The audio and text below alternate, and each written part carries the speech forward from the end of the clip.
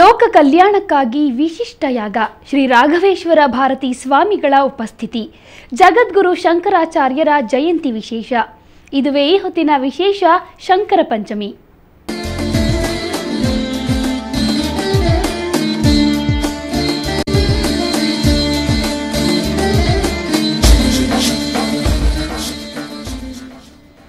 ವಿಶ್ವದಲ್ಲಿಯೇ ಪ್ರಥಮವೆನಿಸಿರೋ ವಿಶಿಷ್ಟವಾದ ಶಂಕರ ಪಂಚಮಿ ಉತ್ತರ ಕನ್ನಡ ಜಿಲ್ಲೆಯ ಸಿದ್ದಾಪುರ ತಾಲೂಕಿನ ಶ್ರೀ ರಾಮದೇವ ಬಾನ್ಕುಳಿ ಮಠದಲ್ಲಿ ಭರ್ಜರಿಯಾಗಿ ನೆರವೇರಿತು.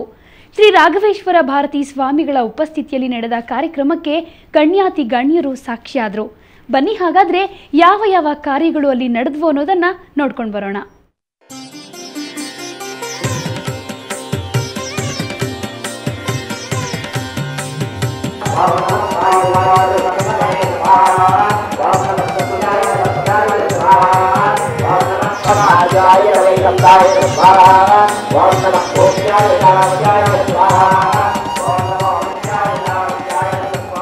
ಒಂದು ಎಕರೆ ಜಾಗದಲ್ಲಿ ಶಾಸ್ತ್ರೋಕ್ತವಾಗಿ 121 ಹವನ ಕುಂಡಗಳ ನಿರ್ಮಾಣ. ಪ್ರತಿಯೊಂದು ಕುಂಡದಲ್ಲೂ 11 ಮಂದಿ ವೈದಿಕರು, 11 ಬಾರಿ ರುದ್ರ ಪಠಣ.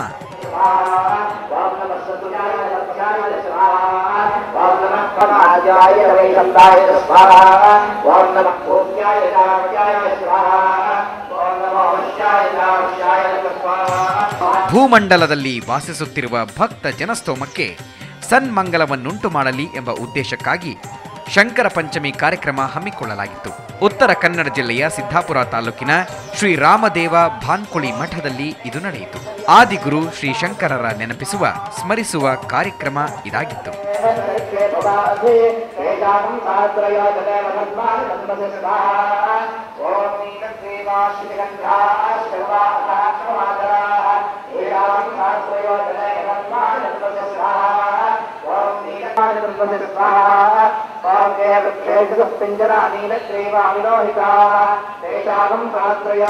ಜಗದ್ಗುರು ಶಂಕರಾಚಾರ್ಯರ ಜಯಂತಿ ಅಂಗವಾಗಿ ಶ್ರೀ ರಾಘವೇಶ್ವರ ಭಾರತಿ ಮಹಾಸ್ವಾಮಿಗಳ ಮಾರ್ಗದರ್ಶನದಲ್ಲಿ ಈ ಕಾರ್ಯಕ್ರಮ ನಡೆಯಿತು. ಏಪ್ರಿಲ್ 25ರಿಂದ 28ರವರೆಗೆ ಶ್ರೀ ರಾಘವೇಶ್ವರ ಭಾರತಿ ಸ್ವಾಮೀಜಿಗಳು ಶ್ರೀ ಶಂಕರಾಚಾರ್ಯರ ಜೀವನ ಯಾನವನ್ನ ಶಂಕರ ಗುರುಕಥಾ ಎಂಬ ಪ್ರವಚನದೊಂದಿಗೆ ಭಕ್ತರಿಗೆ ಉಣಬಡಿಸಿದರು. ಮನೆ ಮನೆಗಳಲ್ಲಿ ಶಂಕರ ಪಂಚಮಿಯನ್ನು ಆಚರಣೆ ಮಾಡಬೇಕು. ರಾಮನವಮಿ ಆಚರಣೆ ಮಾಡಿದ ಹಾಗೆ, ಕೃಷ್ಣಾಷ್ಟಮಿ ಆಚರಣೆ ಮಾಡಿದ ಹಾಗೆ, ಗಣೇಶ ಚತುರ್ಥಿ ಆಚರಣೆ ಮಾಡಿದ ಹಾಗೆ, ಶಿವರಾತ್ರಿ ಆಚರಣೆ ಮಾಡಿದ ಹಾಗೆ ನಾವೆಲ್ಲರೂ ಶಂಕರಾಚಾರ್ಯರ ಶಿಷ್ಯರು, ಆ ಪರಂಪರೆ ಸೇರಿರ್ತಕ್ಕಂಥವರು. ಮನೆ ಮನೆಗಳಲ್ಲಿ ಶಂಕರ ಪಂಚಮಿಯನ್ನ, ಶಂಕರ ಜಯಂತಿಯನ್ನ ನಾವು ಆಚರಿಸಬೇಕು. ಅದು ಈ ಕೊಡ್ತಕ್ಕಂಥ ಸಂದೇಶ. ವರ್ಷಕ್ಕೆ ಒಮ್ಮೆ ಆದರೂ ಕೂಡ ಆದಿಗುರುವಿನ ಸ್ಮರಣೆಯನ್ನು ಇಷ್ಟಕ್ಕೂ ಈ ಉತ್ಸವ ಆಚರಿಸಿದ ಸಂದರ್ಭ ಕೂಡ ಅಷ್ಟೇ ವಿಶೇಷವಾಗಿತ್ತು. ಗುರು ಶಂಕರರು ಇಂತಹ ಕಾಲಘಟ್ಟದಲ್ಲಿ ಅವತರಿಸಿದವರು, ಅಖಂಡ ಭರತ ಭೂಮಿಯಲ್ಲಿ ಸಂಚರಿಸಿದವರು, ಧರ್ಮದ ಮರ್ಮವನ್ನ ಅರಿಯುವಂತೆ ಬೋಧಿಸಿದವರು, ಎರಡಲ್ಲದ ತತ್ವದ ಸಾರವನ್ನ ತೋರಿಸಿದವರು, ಅದ್ವೈತದ ಆನಂದ ಸಿದ್ಧಾಂತವನ್ನ ಅನಾವರಣಗೊಳಿಸಿದವರು. ಶಿವನಿಗೆ ಅತ್ಯಂತ ಪ್ರಿಯ ರಾಮ, ರಾಮನಿಗೆ ಅತ್ಯಂತ ಪ್ರಿಯ ಶಿವ. ಹೀಗೆ ಶಿವರಾಮರಿಬ್ಬರ ಒಂದು ಸಾಹಿತ್ಯ ಕೂಡ ಈ ಒಂದು ಮಾತುಕತೆಯಲ್ಲಿ ಆಗಿದೆ. ಗುರು ಶಂಕರರು ಮನುಕುಲದ ಉದ್ಧಾರಕ್ಕಾಗಿ ಧರ್ಮ ಪೀಠಗಳನ್ನ ದೇಶದ 4 ದಿಕ್ಕುಗಳಲ್ಲೂ ಸ್ಥಾಪಿಸಿದವರು. ದಿವ್ಯ ಭೂಮಿಯ ಸಾರ ಸತ್ವವನ್ನ ವಿಶ್ವದ ಬೆಳಕನ್ನಾಗಿಸಿದವರು, ವಿಶ್ವಮಾನ್ಯವನ್ನಾಗಿಸಿದವರು. ಹೀಗೆ ಅನಾದಿ ತತ್ವವನ್ನ ಪುನಶ್ಚೇತನಗೊಳಿಸಿದ ಆದಿಗುರು ಅವತರಿಸಿದ್ದು ವೈಶಾಖ ಶುದ್ಧ ಪಂಚಮಿಯಂದು. ಆ ಜಗದ್ಗುರುವಿನ ಸ್ಮರಣೆ ಉಪಾಸನೆಗಳು ನಮ್ಮೊಳಗೂ ಲೋಕದೆಲ್ಲೆಡೆಗೂ ಮತ್ತೊಮ್ಮೆ ಆದಿಗುರುವಿನ ಅವತರಣವೇ ಸರಿ ಅಂತಾರೆ ರಾಘವೇಶ್ವರರು. ಶಂಕರ ಪಂಚಮಿ ಇದರ ಆಚರಣೆ, ಶಂಕರರು ಯಾರ ಅವತಾರವೋ, ಎಲ್ಲಿ ಸೇರಿಸಿದ್ರು, ಮತ್ತೆ ಸೇರಿದ್ರು, ಆ ಮಹಾಶಕ್ತಿಯ ಮಹಾದೇವತೆಯ ಉಪಾಸನೆ ಅಗ್ನಿಮುಖಿಯನ್ನಾಗಬೇಕೆನ್ನುವ ಸಂಕಲ್ಪವಾಗಿ ಈ ಒಂದು ಅಧಿಕೃತ ಸ್ವಾಗತದ ಕಲ್ಪನೆ ಉಂಟಾಯಿತು. ಶಂಕರ ಪಂಚಮಿಯಲ್ಲಿ ಕೇವಲ ಧಾರ್ಮಿಕ ಕಾರ್ಯಕ್ರಮಗಳಷ್ಟೇ ಮೀಸಲಾಗಿರದೆ ಇನ್ನೂ ಹಲವಾರು ಕಾರ್ಯಕ್ರಮಗಳನ್ನು ಹಮ್ಮಿಕೊಳ್ಳುವ ಮೂಲಕ ರಾಘವೇಶ್ವರ ಮಹಾಸ್ವಾಮೀಜಿಗಳು ಭಕ್ತರನ್ನ ಆನಂದದ ಕಡಲಲ್ಲಿ ತೇಲಿಸಿದರು.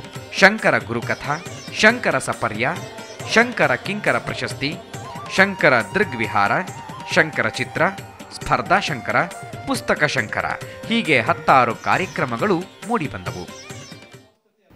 ಶಂಕರ ಪಂಚಮಿ ಅಂದರೆ ಅದೊಂದು ಧಾರ್ಮಿಕ ಜಾಗೃತಿ ಕಾರ್ಯಕ್ರಮ. ಮನುಷ್ಯರು ಕಚ್ಚಾಡಿಕೊಳ್ತಾ ಇರೋ ಈ ಕಾಲದಲ್ಲಿ ಜನರಲ್ಲಿ ಒಳ್ಳೆಯ ಭಾವನೆ ಹಾಗೂ ಶಂಕರರ ಅನುಭವವನ್ನು ಜಗತ್ತಿಗೆ ಸಾರುವ ಈ ಕಾರ್ಯಕ್ರಮದಲ್ಲಿ ಸಾಮಾನ್ಯರಿಂದ ಹಿಡಿದು ಗಣ್ಯ ವ್ಯಕ್ತಿಗಳು ಪಾಲ್ಗೊಂಡು ಕೃತಾರ್ಥರಾದರು.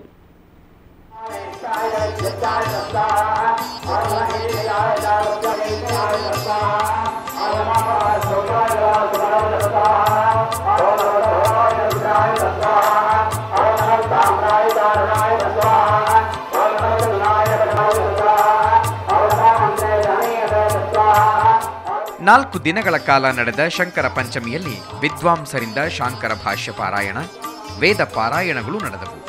ಶಂಕರ ಪಂಚಮಿ ಉತ್ಸವಕ್ಕೆಂದೇ ನಯನ ಮನೋಹರವಾದ ಯಜ್ಞ ವೇದಿಕೆಯನ್ನು ಸಿದ್ಧಪಡಿಸಲಾಗಿತ್ತು.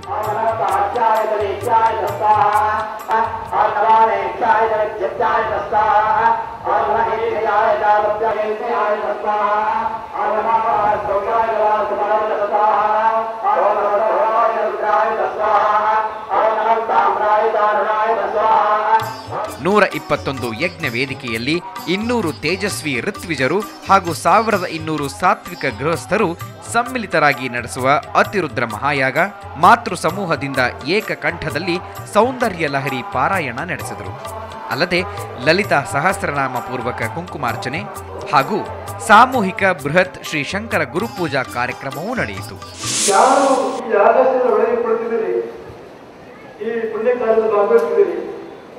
ನಿಮಗೆ ನೆನಪಿರಲಿ, ನಿಮ್ಮ ಗಮನದಲ್ಲಿರಲಿ, ನೀವು ಕುಳಿತಿರುವ ಶ್ರೀ ರುದ್ರಯಂತ್ರದ ಒಳಗೆ ನಿಮ್ಮ ಜೀವಮಾನದ ಕ್ಷಣ ಇದು. ಸಾಕ್ಷಾತ್ ಪರಶುವನ ಪರಿವಾರದ ಸನ್ನಿಧಿಯಲ್ಲಿ ನಿಮ್ಮ ಮುಂದಿರುವ ಕುಂಡ ಅದು ಯಾವ ದೇವತೆಯ ಪ್ರತೀಕ, ಅದು ನಂದಿ ಆಗ್ಬೋದು, ಮಹಾಕಾಲ ಆಗ್ಬೋದು, ಗಣೇಶ್ವರ ಆಗ್ಬೋದು, ವೃಷಭ ಆಗ್ಬೋದು, ಸಾಕ್ಷಾತ್ ಶ್ರೀ ರುದ್ರ ಆಗ್ಬೋದು, ಈ ಮಧ್ಯ ಕುಂಡ ಒಂದೊಂದು ದೇವತೆಗಳ ಸ್ಥಾನ. ಆ ದೇವತೆ ಪ್ರಸಾದ ನಾವು ಪುಣ್ಯ ಕಾರ್ಯವನ್ನು ಮಾಡಿದ್ದೇವೆ. ಈ ಬೃಹತ್ ಧಾರ್ಮಿಕ ಕಾರ್ಯಕ್ರಮವನ್ನು ವೀಕ್ಷಿಸಲು ಮಾಜಿ ಮುಖ್ಯಮಂತ್ರಿ ಯಡಿಯೂರಪ್ಪ ಸೇರಿದಂತೆ ರಾಜ್ಯ ಸರ್ಕಾರದ ಸಚಿವರು, ಶಾಸಕರೆನ್ನದೇ ಸಹಸ್ರಾರು ಸಂಖ್ಯೆಯಲ್ಲಿ ಭಕ್ತ ಜನಸಮೂಹ ಪಾಲ್ಗೊಂಡಿತ್ತು. ರಾಮಚಂದ್ರಾಪುರ ಮಠದ ರಾಘವೇಶ್ವರ ಸ್ವಾಮೀಜಿಗಳ ಈ ಕಾರ್ಯವನ್ನ ನೆರೆದಿದ್ದ ಭಕ್ತರು ಮುಕ್ತ ಕಂಠದಿಂದ ಶ್ಲಾಘಿಸಿದರು. ಶಂಕರಾಚಾರ್ಯರ ಸ್ಮರಣೆಗಾಗಿ ಈ ಭಾಗದಲ್ಲಿ ಮೊದಲ ಬಾರಿಗೆ ಅತಿರುದ್ರ ಮಹಾಯಾಗವನ್ನು ರಾಮಚಂದ್ರಾಪುರದ ಶ್ರೀಗಳವರು ಮಾಡ್ತಾ ಇದ್ದಾರೆ. ಒಂದು ರೀತಿ ನಾಡಿನ ಜನ ಬರವನ್ನು ಎದುರಿಸ್ತಾ ಇರೋಂಥ ಈ ಕಾಲದಲ್ಲಿ ನಾಡಿಗೆ ಒಂದು ಸುಭಿಕ್ಷೆ ಆಗಲಿ, ವರ್ಣದೇವನ ಕೃಪೆ ನಾಡಿನ ಉದ್ದಗಲಕ್ಕಾಗಲಿ, ಸಮೃದ್ಧಿಯಿಂದ ನಮ್ಮ ರೈತರು ಬದುಕಲಿ ಅಂತೇಳಿ ಒಂದು ಹೊಸ ರೀತಿ ಒಂದು ಯಾಗ ಇಲ್ಲಿ ಆಗ್ತಾಯಿದೆ. ಇದರಿಂದ ಲೋಕ ಕಲ್ಯಾಣ ಆಗುತ್ತೆ ಮತ್ತು ಈ ಬರದ ದಾರಿದ್ರ್ಯ ಹೋಗಿ ಸಮೃದ್ಧಿ ಬರೋದಕ್ಕೆ ಈ ಯಜ್ಞಯಾಗಾದಿಗಳು ಉಪಯೋಗ ಆಗುತ್ತೆ ಅಂತ ನಾನು ಅದ್ರ ಭಾವಿಸಿದ್ದೇನೆ. ಇವತ್ತು ಶಂಕರಾಚಾರ್ಯ ಜಯಂತಿಯನ್ನ, ಶಂಕರ ಪಂಚಮಿ ಕಾರ್ಯಕ್ರಮವನ್ನ ಇಡೀ ನಾಡಿನಲ್ಲೇ ಅತ್ಯಂತ ಪ್ರಸಿದ್ಧವಾದಂಥ ರೀತಿಯಲ್ಲಿ, ಪುಣ್ಯ ಬರುವಂಥ ರೀತಿಯಲ್ಲಿ ಇವತ್ತು ಆ ಕಾರ್ಯಕ್ರಮವನ್ನು ಆಚರಿಸೋದಕ್ಕೆ ಅವತ್ತಿನ ಸಂಕಲ್ಪ ಇವತ್ತು ನಮಗೆ ಸಾಧ್ಯ ಆಗಿರುವಂಥ ಪುಣ್ಯ ಕ್ಷಣ ಇದು. ಅವತ್ತು ಹಿರಿಯ ಸ್ವಾಮೀಜಿಯವರು ಅಪೇಕ್ಷೆ ಪಟ್ಟಿರೋದನ್ನ ಇವತ್ತು ಅದು ಸಾಕ್ಷಾತ್ಕಾರವಾಗಿ ನಮಗೆ ಪುಣ್ಯ ಒಂದು ಲಭಿಸುವಂತಹ ಒಂದು ಪುಣ್ಯ ಕೆಲಸ, ಅಂತ ಒಂದು ಪುಣ್ಯದ ಕಾರ್ಯದಲ್ಲಿ ನಾವಿದ್ದೇವೆ. ಶಂಕರ ಪಂಚಮಿಯಲ್ಲಿ ಇವಷ್ಟೇ ಅಲ್ಲ, ಇನ್ನೂ ಸನಾತನೀಯ ಸಂಗತಿಗಳು ವಿನೂತನೀಯ ಕ್ರಮಗಳಲ್ಲಿ ನಡೆದವು. ಶ್ರೀ ರಾಘವೇಶ್ವರ ಮಹಾಸ್ವಾಮಿಗಳ ಆಶಯದಂತೆ ಗುರು ಶಂಕರರನ್ನ ನೆನೆಯುವ ಕಾರ್ಯ ಇದೊಂದು ರಾಷ್ಟ್ರೀಯ ಕಾರ್ಯಕ್ರಮವಾಗಬೇಕಿದೆ. ಭ್ರಷ್ಟಾಚಾರದಿಂದ ತುಂಬಿ ತುಳುಕುತ್ತಿರುವ ಈ ನಮ್ಮ ದೇಶದಲ್ಲಿ ಶಂಕರರನ್ನ ನೆನೆಯುವ ಕಾರ್ಯ ಆರಂಭವಾದಲ್ಲಿ ಜಗತ್ತಿಗೂ ಒಳಿತಾಗುವುದರಲ್ಲಿ ಸಂದೇಹವಿಲ್ಲ. ಕಡತೋಕ ಮಂಜು, ಸುವರ್ಣ ನ್ಯೂಸ್ 24/7, ಕಾರವಾರ.